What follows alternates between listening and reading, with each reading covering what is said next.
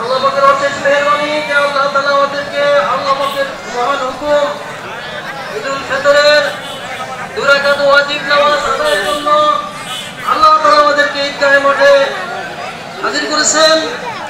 এজন্য আল্লাহর শুকরিয়া জ্ঞাপন করি, আলহামদুলিল্লাহ। তারপরে ভাই সবচেয়ে বড় কথা, হুজুর এই কথাগুলো তুলে ধরছে, আমাদের এখনই এই প্রজন্মে জায়গা হইতেছে না, এখনো জায়গা হইতেছে না, খুব অসুবিধা হইতেছে। মেহরবানি করে হুজুর যে কথাগুলো তুলে ধরছে এই মিম্বারটা পিছনে নেওয়া খুব জরুরি হয়ে গেছে। এই মিম্বারটা যদি পিছনের দিকে নিয়ে যাই, একবারে জায়গার মতো নিয়ে যাই, তাহলে অনেক টাকার প্রয়োজন, আপনারা বুঝেন। আলহামদুলিল্লাহ হুজুর অনেক হাদিসের কোরআনের